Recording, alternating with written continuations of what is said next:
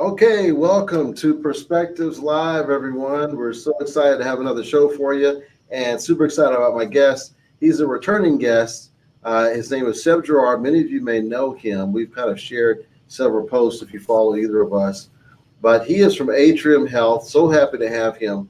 He heads up workforce management for one of the largest nonprofit health systems in the U.S.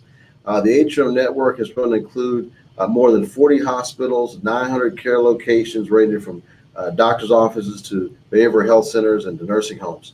So we're super excited about having you, Seb, on Perspectives Live. Welcome to the show. Thank you so much for having me. It's a real pleasure to be here today. Yes, and so glad to have you back too. I know the last time we had a few little technical issues, but I feel today's a much better day.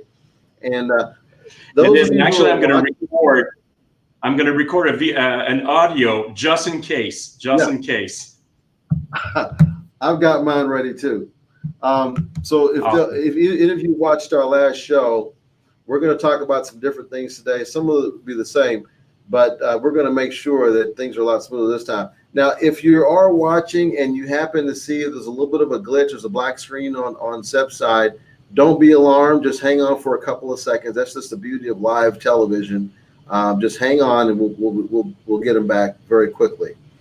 I also want to open up and say, for those of you who have questions, because I know you've got questions for Seb, he's a great source in terms of knowledge and know-how in the area of talent management, workforce engagement, and the like. So definitely have your questions ready.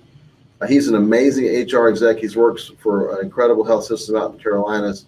And so we look forward to tapping into Seb and as far as how it relates to our market and that sort of thing.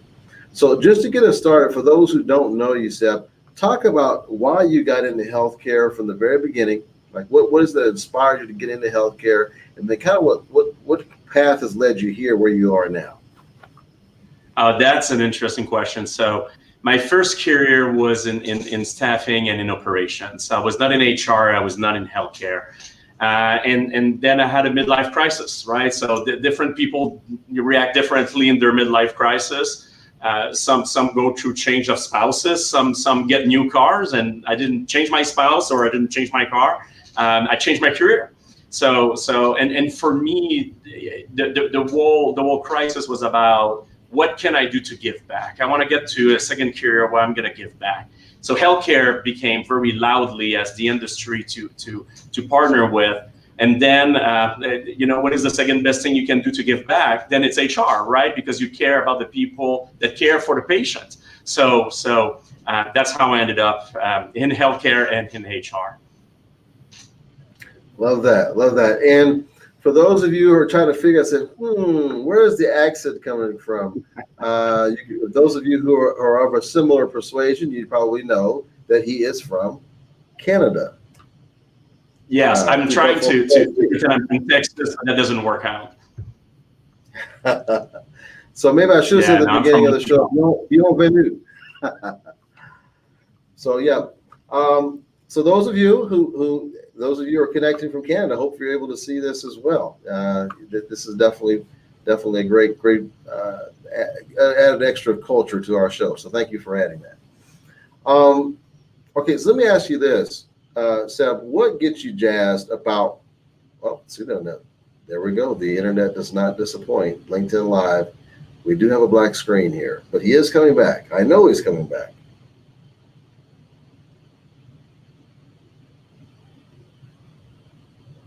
And 3, 2, 1, go.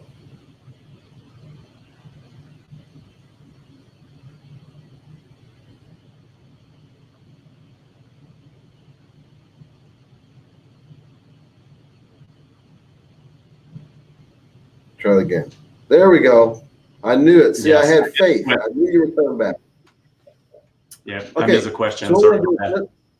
That's okay. So what I want to tap into is what really gets you jazzed about what you're doing now. What is it that inspires you the most about your position that you're doing now within healthcare?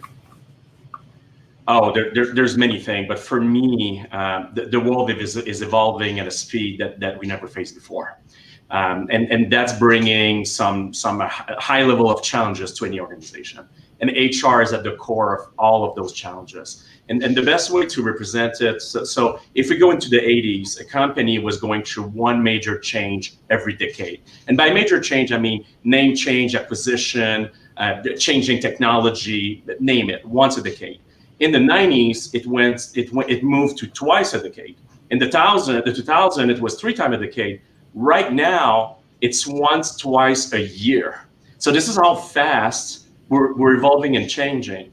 And again, HR is at the core of all those changes that are happening. So for me, there's something thrilling to have to assess the trends before they happen and prepare yourself to first be current, and while being current, also be forward thinking, so you can be ahead of the curves. So that is so exciting.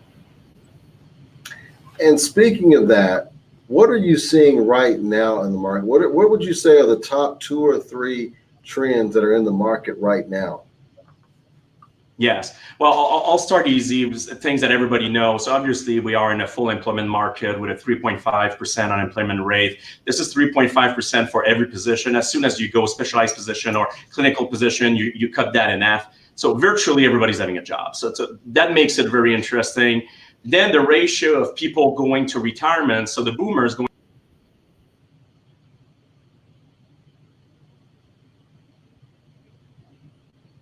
Okay, I remember this. You said the boomers going into retirement. So we'll remember that, folks. Sorry about that. There we go. You said the boomers. Do you hear me? The boomers going into retirement. So go pick up from there.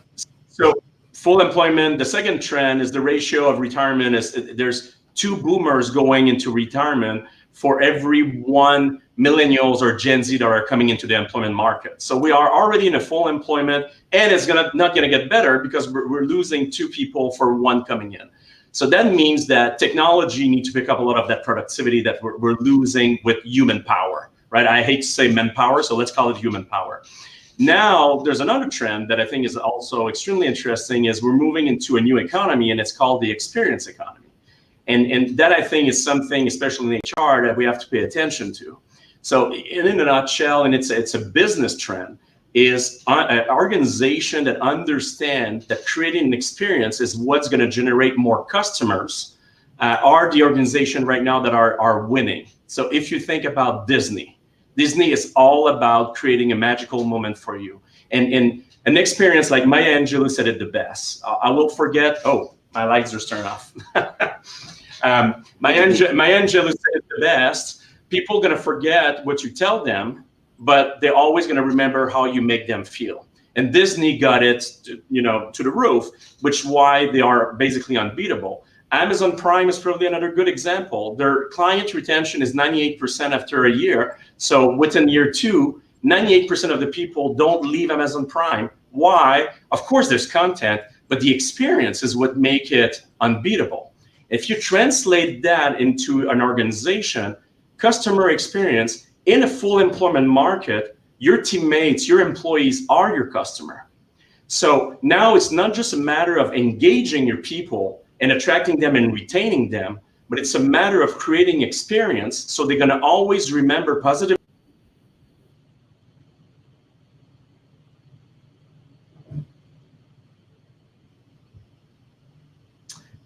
Creating experience. Yep, it's creating an experience that they're going to remember how you make them feel at crucial points of their lifetime with you.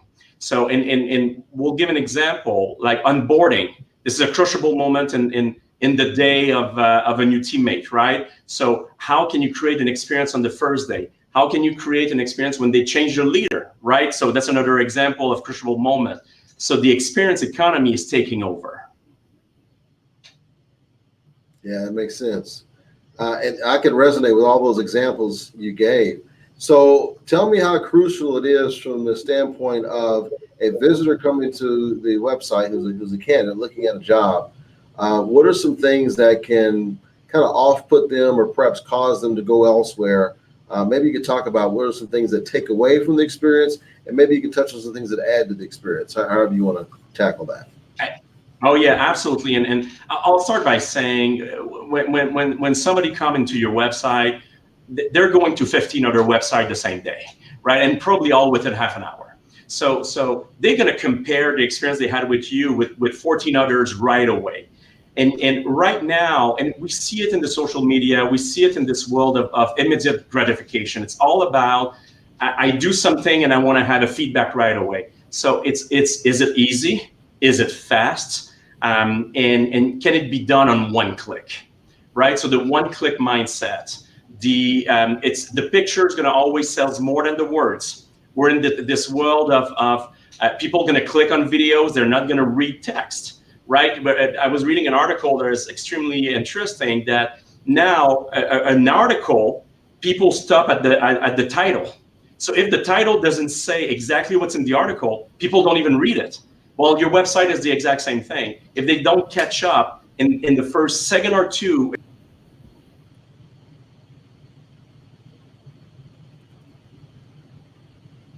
This is great stuff. It's like cliffhangers. There we go. Great stuff. I know, keep right? going. I love it.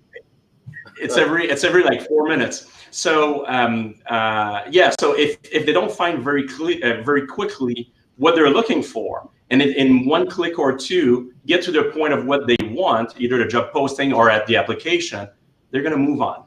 They're going to move on. The other thing is your website is your resume as a company, right? We judge applicants based on their resume. They just judge us on our website. So there's that component also. Yeah, it makes sense. And we found a very similar trend, because we that's part of what we do too for these hospitals, is creating sites that are fast, that it's easy to apply.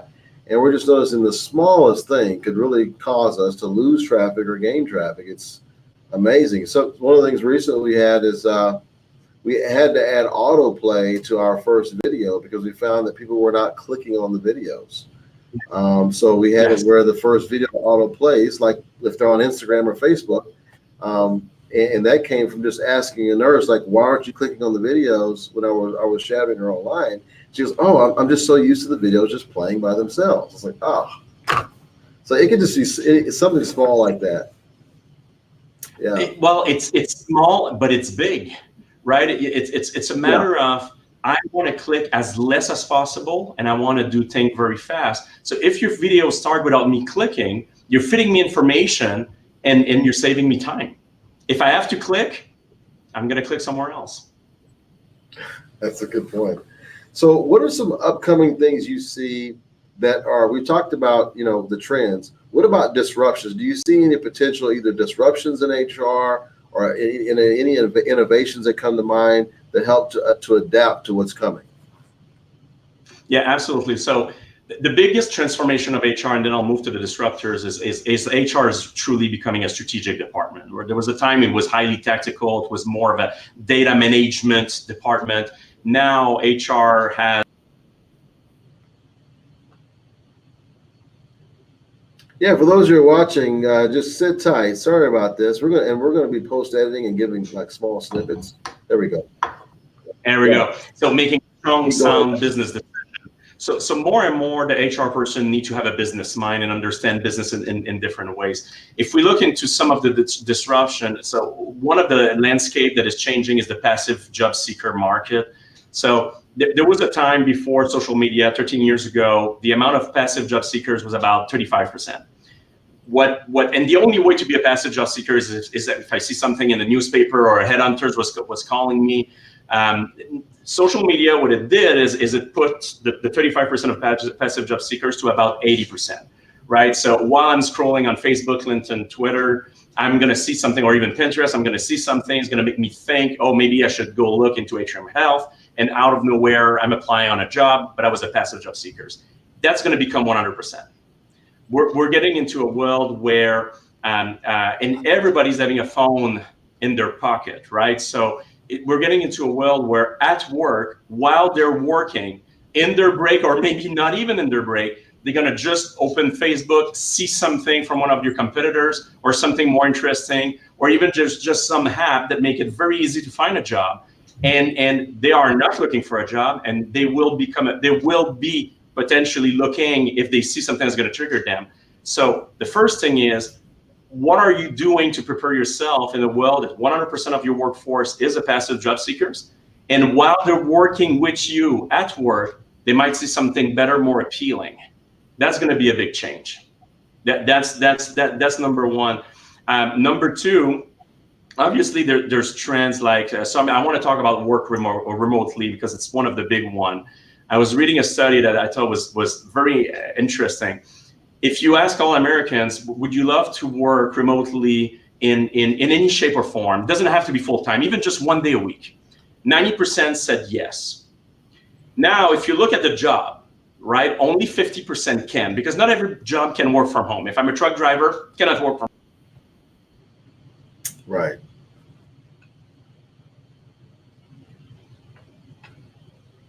That I thought was very interesting. There we go. So, yeah, truck driver can't work from home. Yep. So 90% want, 50% can, and if you ask the question, are you doing it or not, 2.7% do. So let's just let that sink in for a second in terms of trend. 90% want, 50% can, 2.7% do. And now, to make it worse, if I go to another trend that is attached to this one, if we look into the Gen Z, because now they are coming into the employment market, over 40% of them think that they're going to have their own company and they're going to serve as entrepreneurs. So they're going to be known as the entrepreneur generation. So not only, let's go back to working from home, 90% want, 50% can, 2.7% do. The new generation is not going to even want to work for you. So it's not a matter of working from home or not. It's I'm going to be you're going to subcontract me to do the work that you need. So those are two big trends coming that are going to be joined. And right now, we're not addressing it or not addressing it fast enough. Yeah, there's so many key issues that this plays into. Going back to what you said earlier about you could be on Facebook, you could be on some site, and all of a sudden this job ad comes out to you. We're doing that now. We're actually doing that for clients now, where we're sending that data to them. Yeah. What's interesting though is some of the bigger systems I'm hearing this from. I talked to a talent acquisition director just the other day when this person went to their CEO about doing advertising, like what you mentioned. Their response was, "Why don't you put some ads in the paper?" This is a CEO of a very large health system. Okay, so there is definitely a disconnect. There's definitely a disconnect where he's going to come right back between, and hopefully you can hear this. So there we go. There's a disconnect between the leadership and what they're thinking is involved in recruiting, and then what's actually happening right now. So you've got people on the side of, why don't we post more ads in the newspaper? To you're saying that, and I know we're doing it, so I know other companies are going to start doing it, sending ads that are just proactively to candidates, even though they weren't even on a job board. So maybe you can kind of, what are some ways we can start to close that gap with leadership who's very disconnected from what's happening right now? And this is where the business mind is really making a difference, right? Because very often when you deal with senior leadership, it's about executive summary, it's about business cases, it's about data, in fact. So if we look into the data, in fact, and every time I had to face that. So we are in a full employment market, virtually everybody's having a job. So there's no such thing as trying to find somebody that is not working to come work for you. That is not the strategy. So now we go into the passive job seekers. So the question becomes, how do you reach out to passive job seekers? So the person that is telling me, let's put it into the newspaper, my question is, well, let's find out how many people read that newspaper, right? Because this is your outreach to your passive job seekers. Now let's look into other places that there's passive job seekers. So everybody's on Facebook, Twitter, LinkedIn, Pinterest, YouTube, etc. So if you just look at the pool of the newspaper and the pool of all those social media, you cannot even compare. And this is where you go, okay, so for the same amount of money, here's your outreach. Which one has the biggest chance to bring you back a return on investment? So it's a matter of having a business case using the facts. And in this case, the facts doesn't lie. Newspaper is I mean, it's a dying media, right? So the outreach is 1,000 or 2. We're talking 10, if not 100,000, as soon as you go into a social media. And that can go into the million if you have a national strategy on social media, right? So geo-targeting is a huge.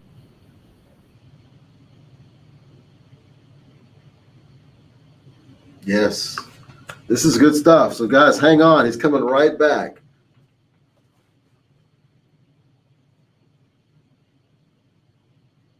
In 5, 4, 3, 2, 1.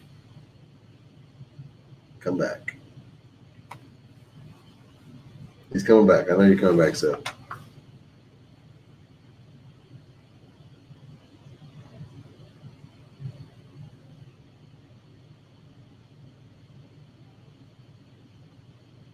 Let's do a break. Let's do a quick break while Seb comes back. Oh, there we go. There we go. Here's Seb. Okay. I love the point you're on. That's okay. I love the point you're on. We were on a good roll here because you want to look at real numbers. And I'm going to add to your point for a second here. I thought it was great. Not only do you have a national reach, whereas most newspapers have just a regional reach, but what's cool about these social networks and advertising in general is you can create your own audience within that audience. So I don't have to advertise to everybody that the newspaper advertises to. I can advertise just to people who are interested in healthcare jobs, right? Yeah. And actually, even more, in social media, often best advertising are not even a job posting, right? Passive job seekers is you want them to think about you. And by thinking about you, they're going to be intrigued into a job with you. So even if I put something on LinkedIn about this kid that just beat cancer and how proud we are that he's cancer free, that in itself can create a buzz and wake up a passive job seekers that's going to see the story and go, you know what, I want to work for an organization that have this type of capacity in oncology. So it's more than just the job posting. With social media, you can reach out to passive job seekers with stories, and stories makes a difference. Yeah. I love that. That's a great point. In fact, I think we'll have to steal that one. We're going to have to work that into our advertising. So thank you for sharing that. We can. I noticed one of the things I see you do quite a bit is you're always showing what's going on, with your team. So y'all might have some fun event on the weekend. There we go. You may have a fun event on a weekend, or you may have some special HR meeting or something.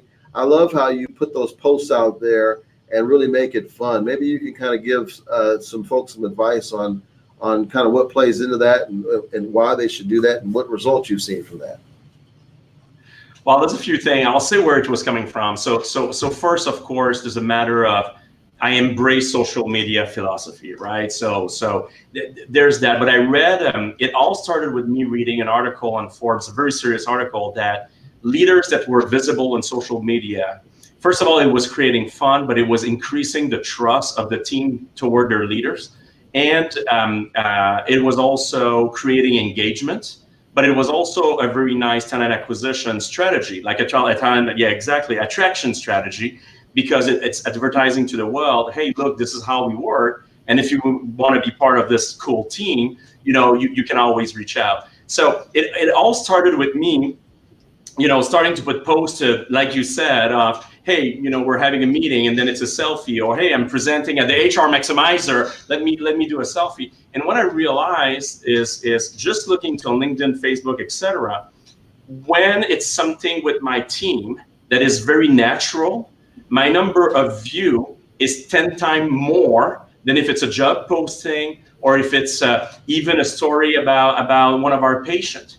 So people care because it's human, because it's connected, because it's real.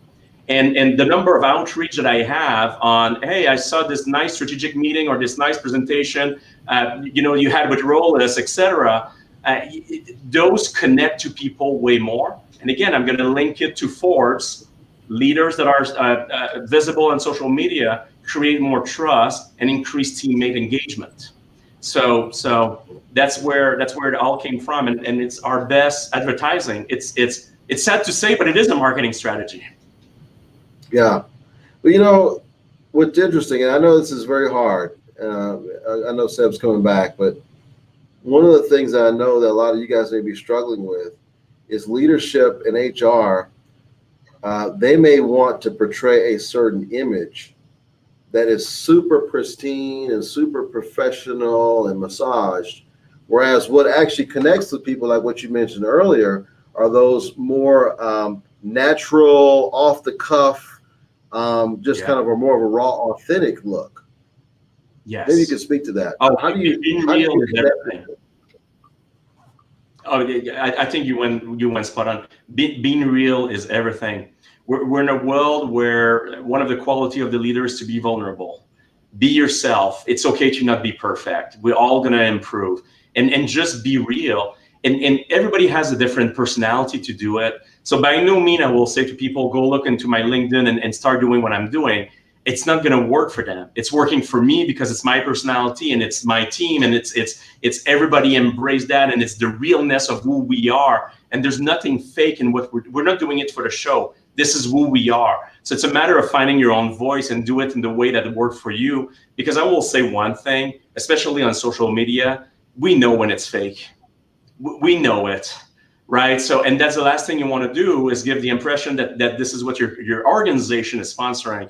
Because in the end, everything you put on social media is a representation of your enterprise, your company. So it has to be very true and very real, because that can hurt more than it can help. That's a great point. Yeah.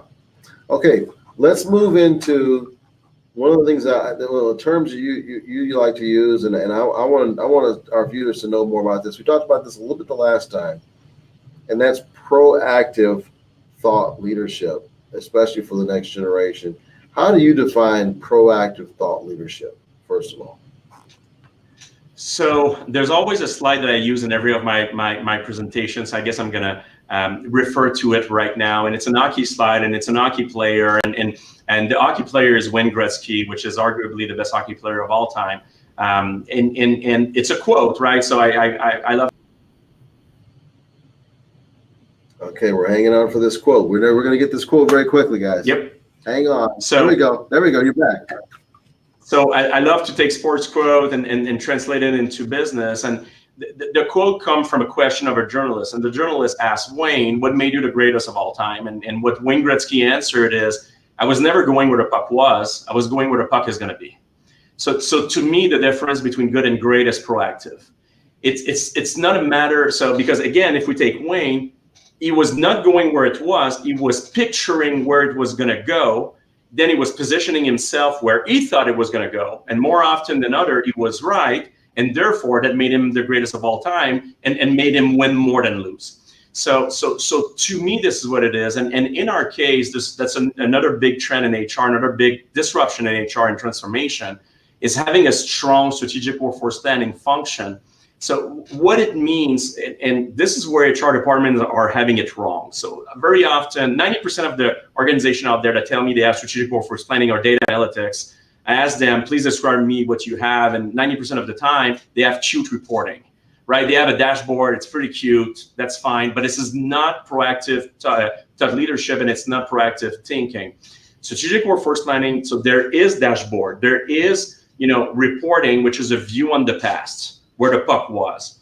There is understanding where I am today, where the puck is, but there's two other components. And the two other component is to have a short-term view, like a 6 to 8 months view of what the market's gonna bring your way. And it can be translated, let's say, with predictive hiring. So do I know exactly when and where and who's gonna be my turnover in the next 6 to 18 months, so I can start recruiting before the turnover even happened, because I know the turnover will happen. And I know it accurately, and there's nothing better than recruiting on a position that is not vacant yet. So when it's vacant, boom, it's filled, right? So that's the first stage of strategic workforce planning. But a second one, and this is where the proactive top leadership comes from, is having a 3 to 5 years view on every single trends coming our way, picking the one that you think gonna happen the most, I love this. This is good. This is good stuff, guys. To really see out in the future, 3 to 5 years out. I love that point. So he's gonna come right back. He's gonna finish this thought. Yeah. There we go. So yeah, again, so to that 3 to 5 years, and it's to translate it into action plan today on what you can do to address the trend before it even happened. So we were talking about working remotely as an example. Well, if we believe in that trend, we need to take action today. So then when it's going to hit stronger, we're going to be ahead of the curves. So if we look into some of the technology, is to ask yourself the question, where is going to be artificial intelligence in 5 years? Where do we think it's going to be? Where do we think gamification is going to be? Right? I'll give an example of how we're thinking about one of the trends we talked about, the passive job seekers. There's a technology right now that exists. It's not being used yet. It didn't pick up, but it exists. Where the app, what it would do is if you put a profile in the app and a company put a job posting in the app is going to send the job posting to the potential job seeker. In less than a minute, they're going to see the job. They're going to say, am I interested or not? If they say they're interested, the resume is going to be sent in a second into the company. The company can review it immediately. Then they're going to say, yes or no, I like this person. In a second, a link going to be sent to the job seeker with all the availability on the calendar of the hiring leader, and they can book the appointment right away. Or they're going to receive pre-recorded video questions.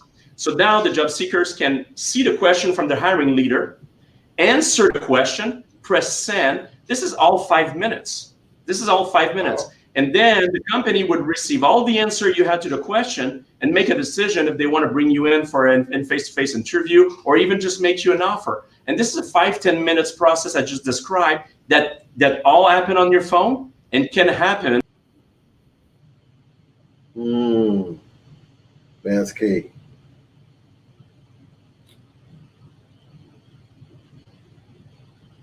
Five, 4, 3, 2, 1, and come back. There we go. My countdown worked. Right. Okay, keep going. By the way, you're on a roll. I like to move with your phone. But Tyrone Patillo said, great analogy. He loved your analogy about the hockey puck. So that was awesome.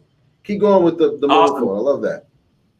Thanks for the feedback. So what I was saying is this is a true way we're using a strategic workforce planning at Atrium Health right now. So we're firmly believing that our teammate is going to be walking with their computer, which is basically their phone, and while they're working, they're going to get notification about our job, and in less than 10 minutes, they can have an interview scheduled somewhere else with a real chance to get a job.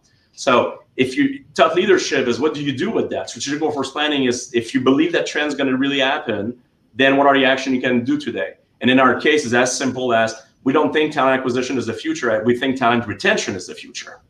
And talent acquisition is becoming the necessary, how can I say, in the full employment market, you already strike two. So talent acquisition becomes the foundation of everything. But if you work so hard to bring them in, you need to work 10 times harder to keep them. And now what are the actions you can take to keep that person? And then we're linking it back to the experience economy. How can we create experience so that a person never want to leave us, right? So I'm giving an example of how we're using our strategic workforce planning on a 3 to 5 years trends and translate it into action today to address it. That's awesome stuff. Yeah, and I remember there was some of those points you mentioned at our conference. And by the way, you did an awesome job at our conference this past year. We really enjoyed having you. And I want to take a moment here just to take a quick break. We're just going to show a little clip to our viewers about the upcoming conference. And I want to come back and ask you a couple of things about what's your take on, education of your staff, education of HR and your staff, and then we'll finish up. It's been actually one of the best for me. The schools.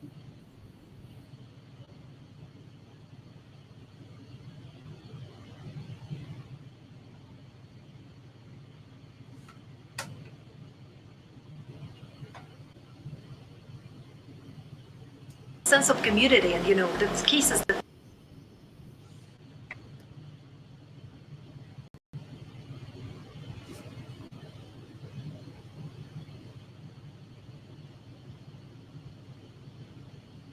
Okay, looks like I had a little technical difficulty with that.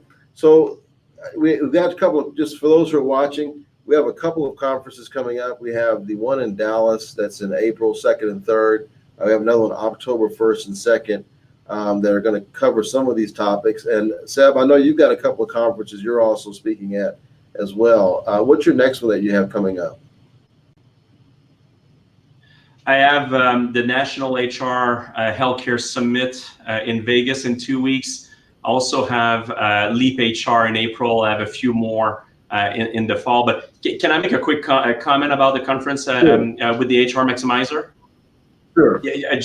First, I was definitely honored to be invited. It was such a pleasure to come and speak. But I also attended the conference, right?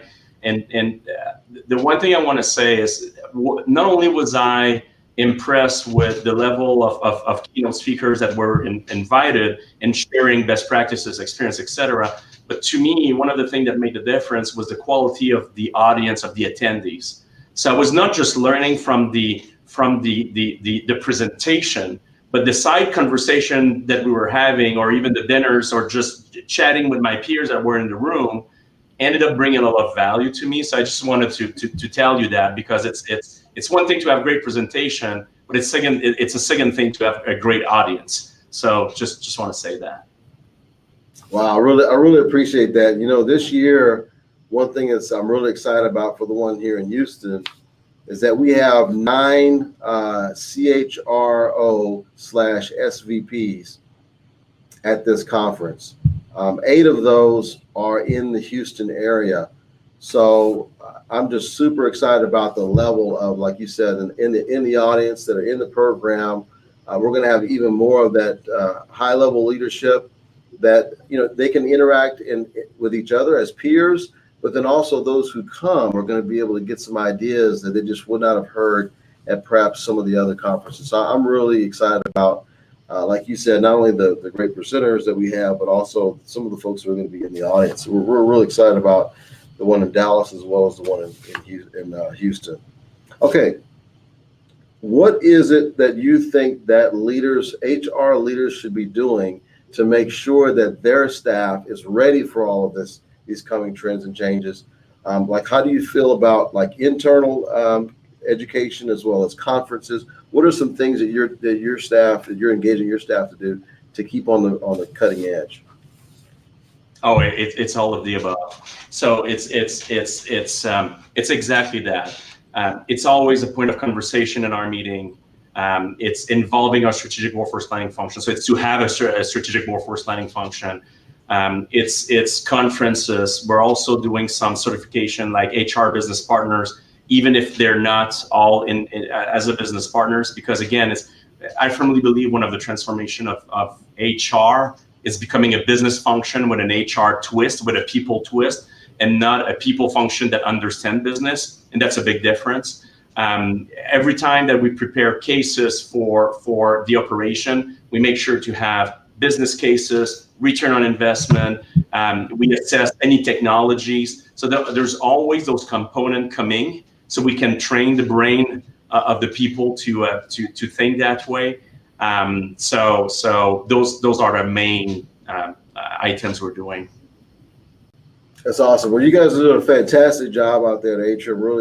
I'm just really excited about what the things you guys have accomplished and will accomplish. Of course, we look forward to having you back to one of our conferences next year, and of course back on this show if you'll come back. Oh yeah, absolutely. Wow, and we'll work.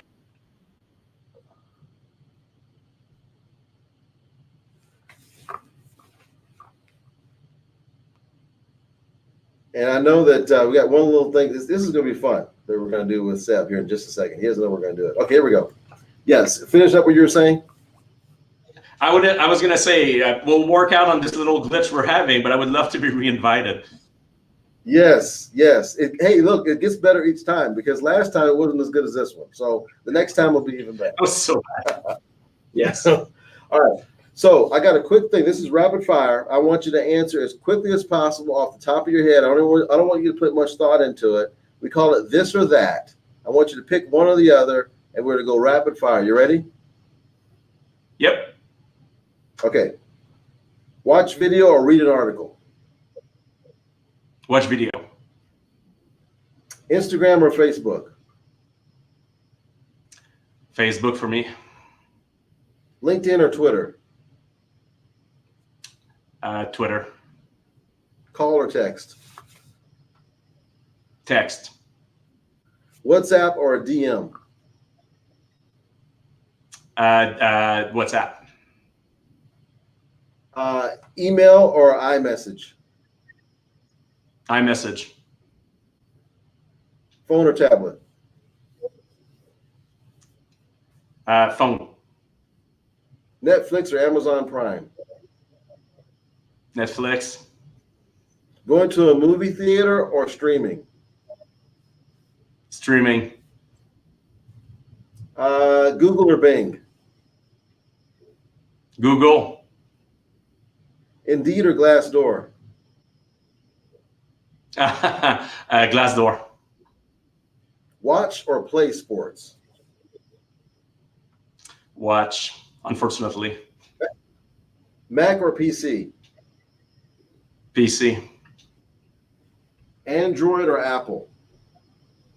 Apple. Driving or self-driving cars?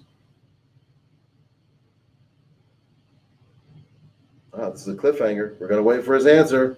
He's coming back very soon. And his answer is 5, 4, 3, 2, 1. Come back.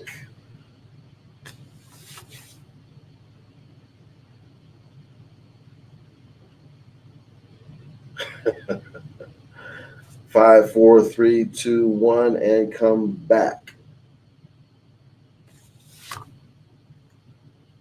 This is the beauty of life. A blessing and a curse.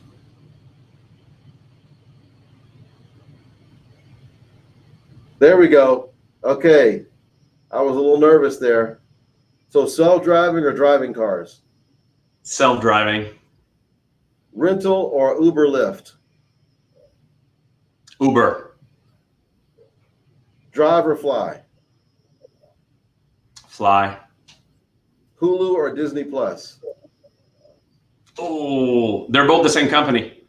Hulu.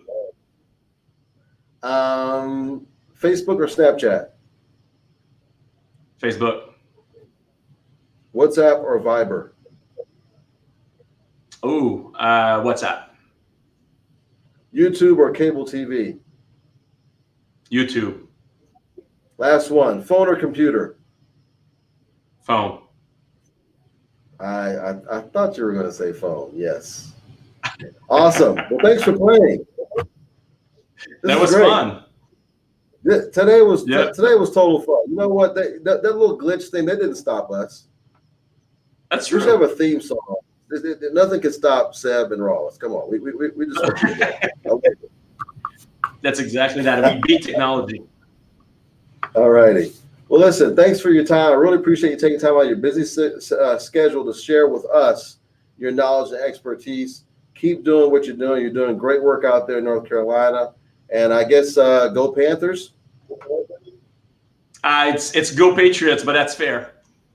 Oh, okay. Go Patriots. Okay, I was thinking about your location. All right. We'll go past it. Thanks so much. I appreciate it. Appreciate you, buddy. Take care. Bye-bye.